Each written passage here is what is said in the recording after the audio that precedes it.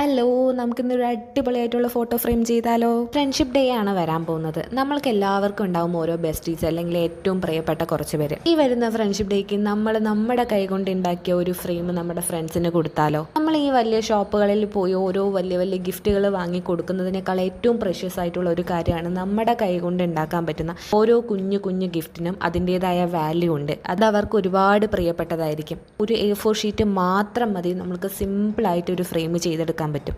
എൻ്റെ കയ്യിൽ കോട്ട്സും സ്റ്റിക്കേഴ്സും ഉള്ളത് കൊണ്ട് ഞാൻ അതിനകത്തായിട്ട് കോട്ട്സും സ്റ്റിക്കേഴ്സ് വെച്ചിട്ടുണ്ട്. പക്ഷെ നിങ്ങൾക്ക് ഇഷ്ടമുള്ള കോട്ട്സ്, ഫ്രണ്ട്ഷിപ്പ് കോട്ട്സ് ആഡ് ചെയ്യാം.